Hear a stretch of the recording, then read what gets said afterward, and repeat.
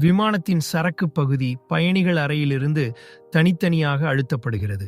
இதற்கு பல முக்கியமான காரணங்கள் உள்ளன. முதலில் வெவ்வேறு வகையான சரக்குகளுக்கு வெவ்வேறு அழுத்த நிலைகள் தேவைப்படுகின்றன. உதாரணமாக, உயிருள்ள விலங்குகள் அல்லது எளிதில் சேதமடையக்கூடிய பொருட்களுக்கு அவற்றின் பாதுகாப்பை உறுதி செய்ய குறிப்பிட்ட சூழல்கள் தேவை. இரண்டாவதாக, தனித்தனியான அழுத்தம் பாதுகாப்பை மேம்படுத்துகிறது. பயணிகள் அறையில் அழுத்தம் குறையும் பொழுது சரக்கு பகுதி அழுத்தத்துடன் இருக்கும்.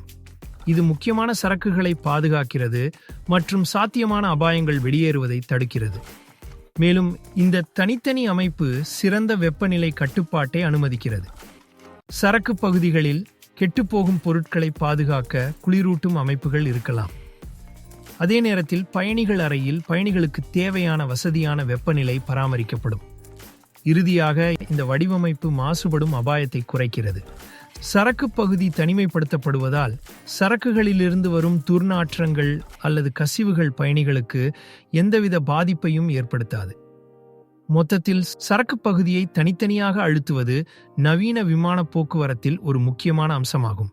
இது விமானத்தில் உள்ள அனைவரின் பாதுகாப்பையும் செயல்திறனையும் வசதியையும் உறுதி செய்கிறது.